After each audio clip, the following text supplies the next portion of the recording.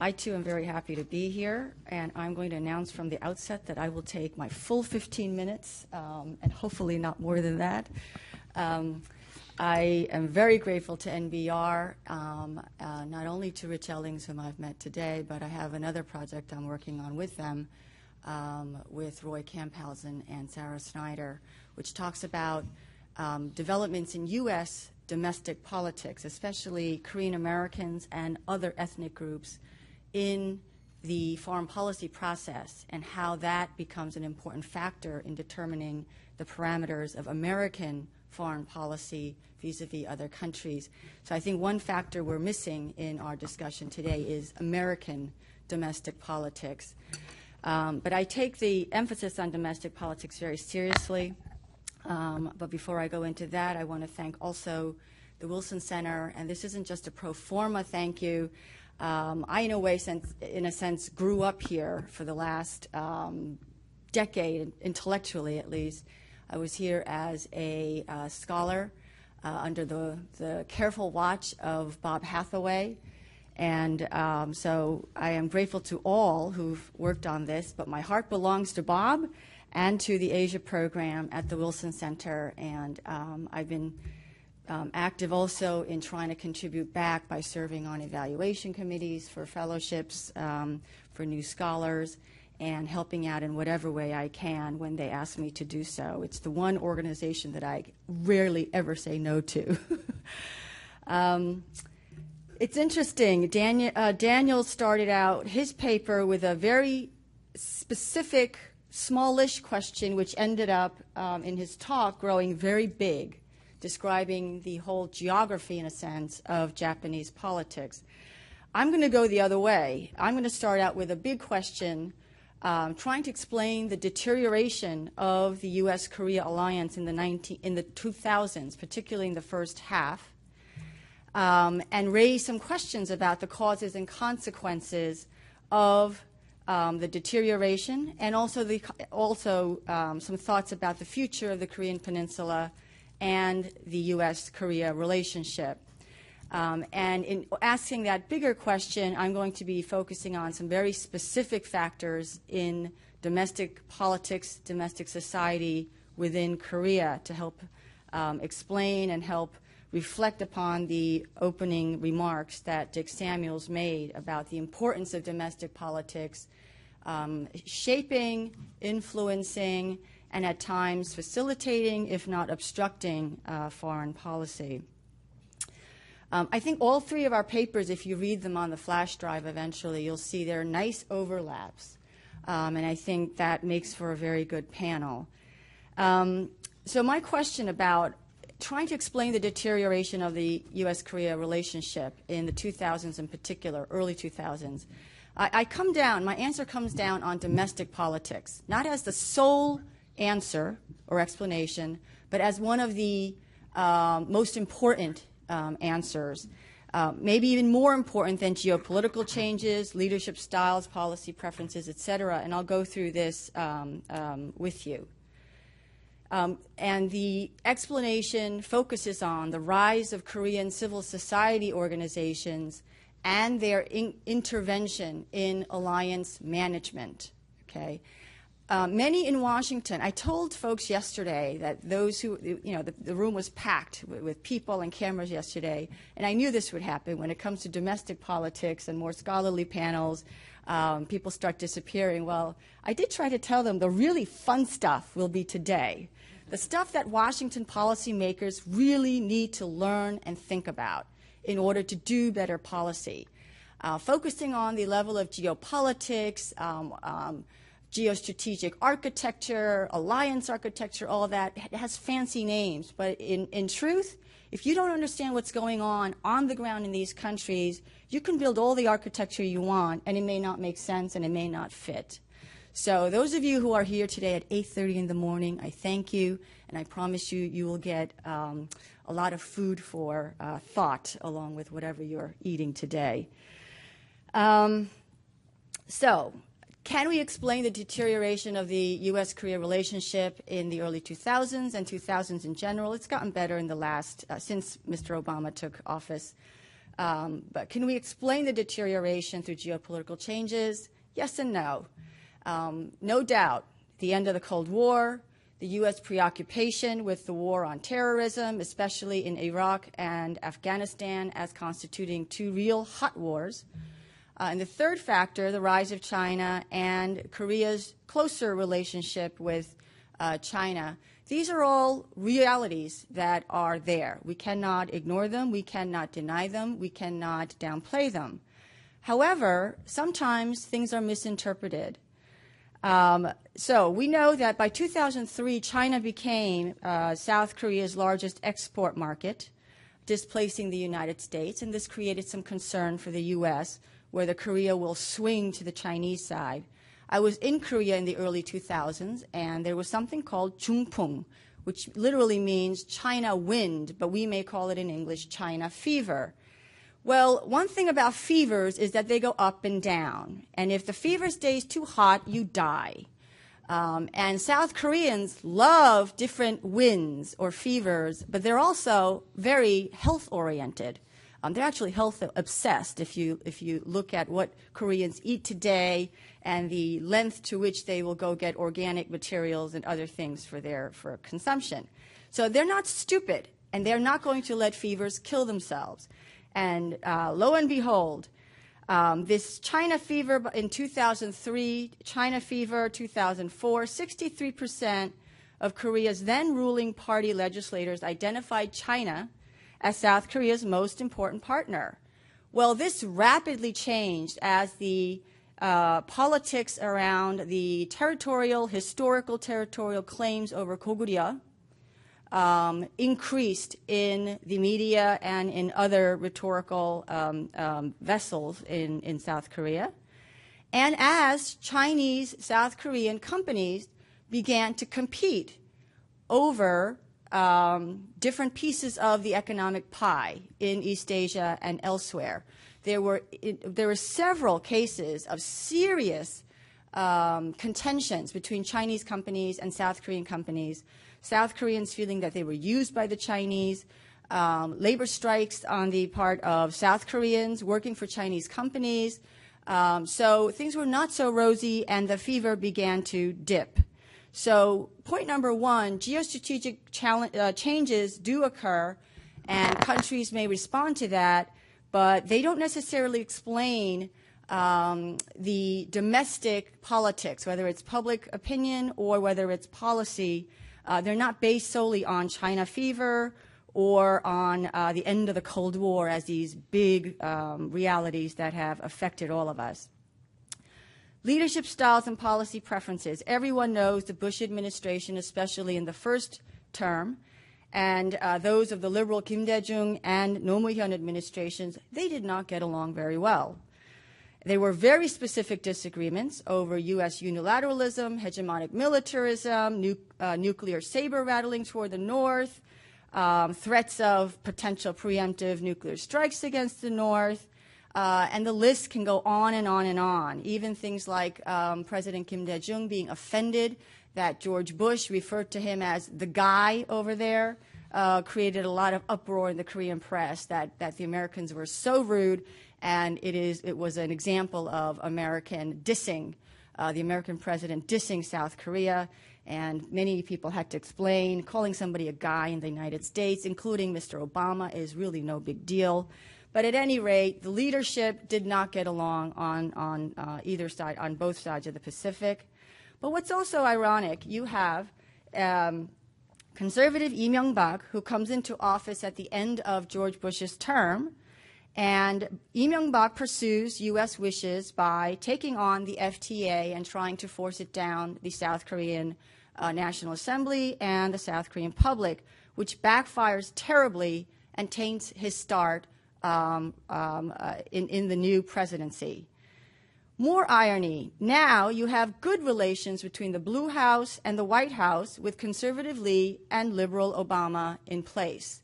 So how much can leadership styles, personalities, and even specific policy preferences, which haven't changed all that much, especially regarding the North, from the Bush administration to the Obama administration, or the second half of the Bush administration to the current Obama administration, hasn't changed all that much, and they don't explain the ongoing political protests and criticism that many Korean civil society organizations make regarding the U.S. and especially the U.S. bases. Another explanation that has often been thrown out, and this I find the most frustrating, is resurgent nationalism and a generation gap in Korea, not understanding America's history in the survival and growth and prosperity of South Korea. This is so often mentioned as a cause of the negative turn in the alliance relationship, especially in the early 2000s. And I won't give you all of my explanations because I want you to read my book that will be coming out within a year or so by University of California. But bottom line, resurgent nationalism or nationalism in general, whether you talk about new nationalism in China, Japan, or South Korea, it's too narrow and at the same time too general and too overused as an explanation with no scholarly analytical assessment to test its veracity and its application in a large pool of issues. But domestic politics indeed does matter, even if we leave nationalism aside for a minute or a few minutes. And here I will focus on domestic politics and changes in South Korean society that I think seriously have challenged the management of the alliance relationship. Broadly speaking, Korean society since democratization in the late 1980s has led to a redistribution of power within the society that significantly explains the tense and tumultuous bilateral relationship in the 2000s, especially regarding the U.S. forces Korea, the U.S. bases in Korea, and that's the focal point of my research. Simply, alliance management and bilateral relations have become more messy and complicated since democratization. There are numerous cooks stirring numerous pots in maybe even numerous kitchens in Korea. And put another way, in my opinion, Korean democracy holds a significant, if not a major or even a determining key to the future of the alliance. And understanding how that key turns or doesn't turn is critical in understanding the future of the alliance, especially in management terms. My own research focuses on the context of South Korea's evolving democracy and its new muscle-flexing civil society that challenges the top-down, elite-driven alliance management that characterized bilateral relations during the decades of authoritarian rule. And here, all three papers do criticize and critique the elite-driven politics in Indonesia, Japan, and South Korea for decades that in some ways made the relationships run smoothly during those times. But at the same time, when there's change, Americans are left not knowing what to do with new players. So Americans need to learn how to play with a diverse array of actors. I have 3 minutes and probably 10 minutes worth of work to do, so I will try my best to keep going. One specific aspect of democratization is decentralization of government and administration, and I think this is key in understanding why local camp towns that sponsor U.S. bases have risen up to challenge the central government's definition and management of the alliance relationship.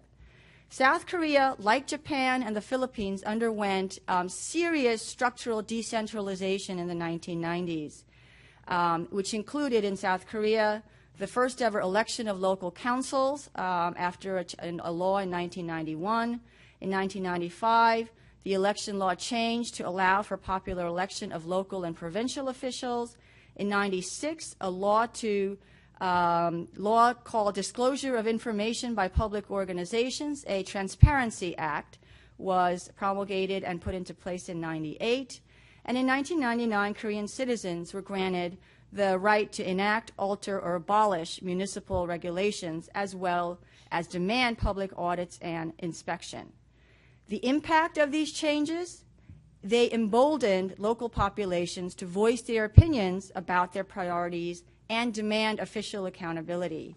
you had citizens groups, residents groups, and other civil society organizations rising up to emphasize increased local autonomy vis-a-vis the central government, and the issue areas changed.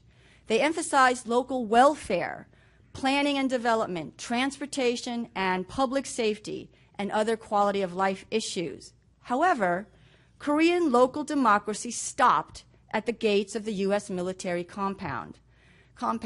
And here I cite you a statistic, a survey from a local study by Koreans, a recent study by Koreans of local government officials near U.S. bases.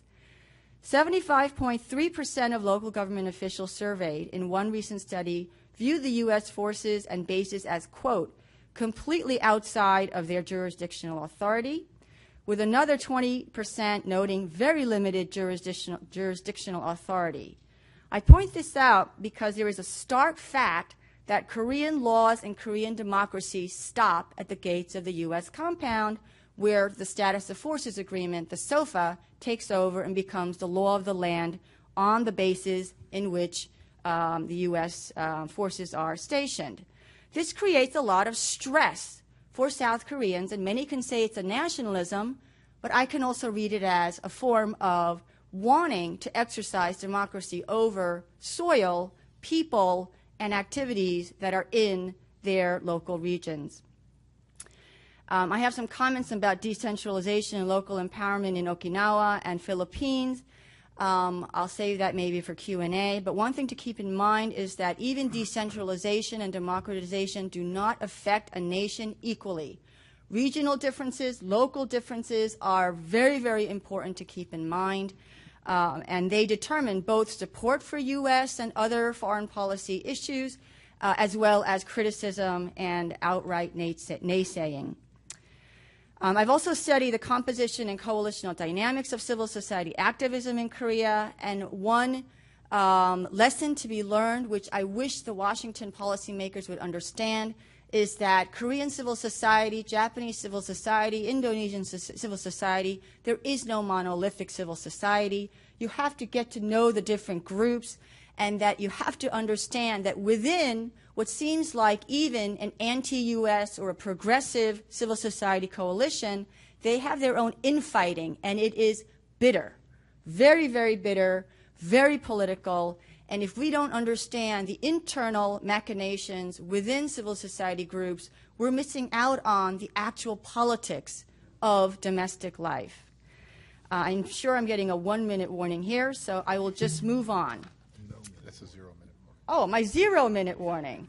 And this may be, in some ways, the most important question that none of us can answer, and something that American policymakers and scholars do not tend to think about, which is the massive demographic change going on in South Korea. It is one of the fastest aging and the countries with one of the lowest birth rates in the world. Okay, on par, if not overriding, France and Germany and Italy and Japan.